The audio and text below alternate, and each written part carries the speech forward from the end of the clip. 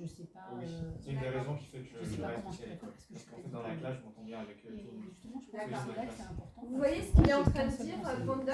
Il a dit que c'est ce qui fait qu'il reste à l'école. En fait, il faut savoir que Brandon est aujourd'hui étudiant à l'XP School. Il a réussi son concours d'entrée pour devenir game designer. D'accord, donc il a trouvé sa voie, c'est faire des jeux vidéo. Enfin non, je dis faire, je ne devrais pas dire faire, mais en tout cas de créer des architectures, enfin, il vous expliquera un peu mieux. Du coup, il a bien peaufiné son projet, effectivement, dans son école. À lui aujourd'hui, eh bien, il se sent à 100% adhéré finalement au collectif. C'est ce qui fait qu'il reste aujourd'hui. C'est pas évident de reprendre l'école au bout de X années, et là, il en a pour 3 ans. Donc, un cycle de 3 ans pourrait devenir pour avoir son bachelor. Il aura un bachelor game designer. Donc bravo, hein, bravo pour ça, parce que franchement, son parcours est exceptionnel. La deuxième, c'est quoi? C'est le plaisir. Il va m'épauler. Ayez toujours ça en tête. À quel point c'est important pour vous de trouver du plaisir dans ce que vous faites. Par exemple, Karine qui est à l'école aussi. Karine fait une formation de cycle vélo. Et à quel point c'est important pour toi de prendre du plaisir? Est-ce que tu prends du plaisir aujourd'hui sur une échelle de 0 à 10? Par exemple, j'ai fait une demande de... Si tu devais l'évaluer, tu mettrais à combien? 10 sur 10. Donc c'est très important de prendre du plaisir. Vous voyez, c'est super important, en fait, rappelez-vous cette sécrétion de dopamine, d'accord, qui est très important pour le cerveau. Et ça, on l'obtient comme ça.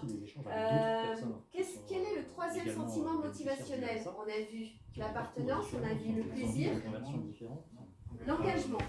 Exactement. Lorsque vient le moment de travailler, est-ce que je me mets tout de suite, par exemple, avec ton expérience, Freddy, est-ce que tu étais quelqu'un qui était plutôt en retrait ou plutôt tu te mettais tout de suite au travail? On a tous le même parcours, c'est de retrouver du travail parce que finalement, après ça, on nous catalogue comme si on ne faisait rien, alors qu'en fait, c'est juste... Si vous mettez plus longtemps, si vous avez du mal à vous lever le matin, c'est que vous n'êtes pas engagé. Il faut vraiment questionner ça, se dire tiens, qu'est-ce qui fait finalement que je ne suis pas engagée? Vraiment, c'est des bonnes questions.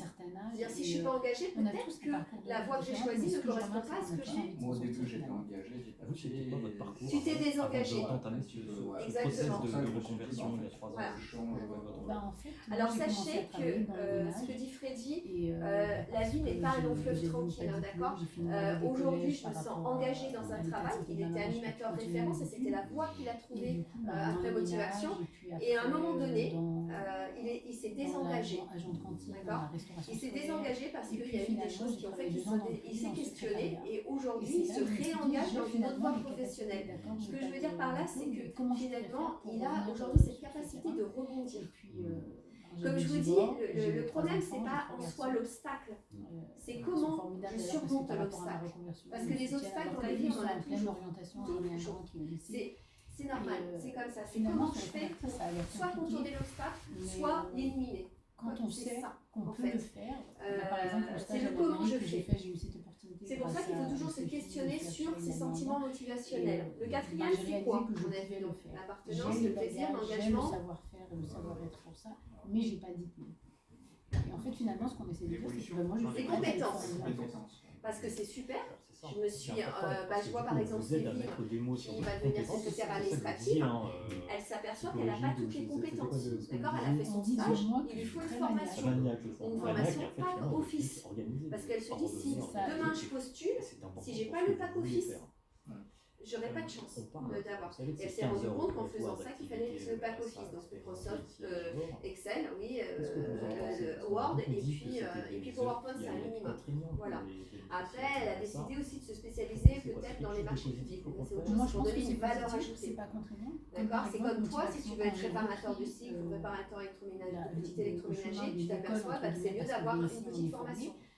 Parce que tu as plus de chances d'être recruté. D'être à la maison, d'être maman au foyer.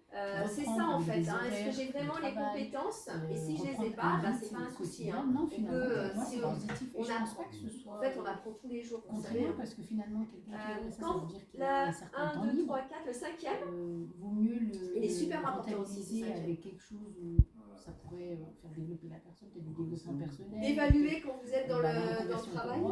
Si vous sentez que vous vous améliorez, si vous sentez que vous apprenez.